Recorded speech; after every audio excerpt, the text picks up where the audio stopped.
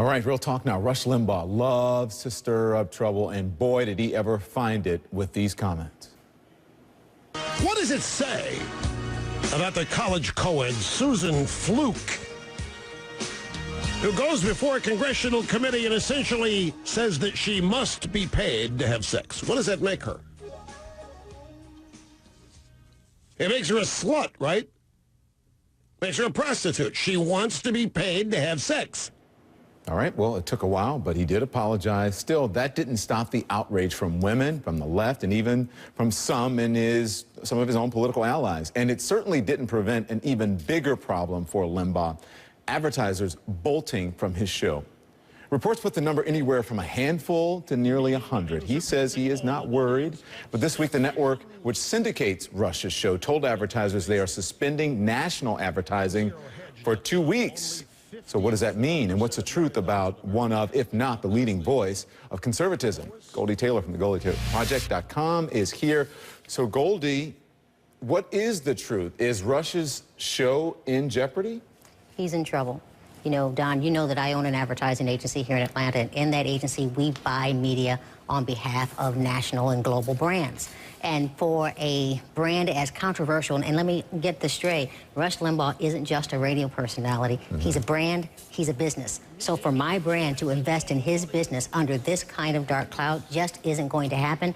I would be, breaking my fiduciary duty. It would be, not strategic on my part to recommend doing this for my client. And I understand that many of my colleagues in advertising just aren't doing it. Well, and the reason I wanted to do this segment is not because I believe when one side or the other Rush should be taken off the air, or none of that. Sure. Because that's a whole freedom of speech thing, and we'll talk about that. But I wanted to know what the truth is, because as we said, Rush is one of the leading voices in conservatism, and if one of the leading voices on the left was in jeopardy, again, as in Bill Maher, I want to know what's the truth. He says it's not. So he says he's not in trouble, he doesn't believe.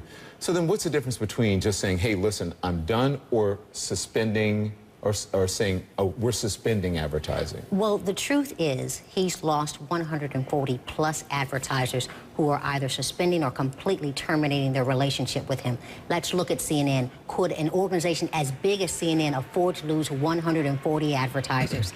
No. And certainly Rush Limbaugh can't afford it. And so when he says that he's not in trouble, he simply isn't telling the truth. He never apologized. He never gave the advertisers a road back. So then why just not say, we're terminating, rather than saying suspending advertising? Because public relations-wise, that allows me to do a couple of things. One, it allows me to keep my base of buyers. Gotcha. So if I've got conservatives who are buying my soap, I want them to continue buying my soap tomorrow. So I say suspend so that I can easily back away. But as in the case with Imus, if I get far enough away from it, if he does apologize, if his brand does improve, I reserve the right to go back and invest 2 or 3 years later. Rush's power and influence? Just like with Glenn Beck, his platform is likely to change. Glenn lost his show on Fox News. He's now got his own GBTV. I think we'll see something like that with Rush. Without those advertisers, you can't sustain a nationally syndicated deal. Do you think so? He's gone to Twitter this week for the first time. Why is that? That's the result of crisis managers getting involved. That's when public relations people come and say, you've got to get into your audience and get them to support you and show these advertisers what they're getting. Is there, and I think, I don't want to put words in your mouth, is it more insidious when it comes from one person, when it comes from someone, and I don't mean just Maher exclusively, when you can say, oh, it's humor, or it's what have you, because a lot of people can do that, comedians. Well, I think, there is some comedic license, that we, can take out here in popular media. But I think there comes a point when it simply goes too far, when you malign and demean people of a different religion, different sexual orientation, different gender, different race. I mean, I think there's a point where the line just simply goes too far. I think with Rush Limbaugh, he's reached that line.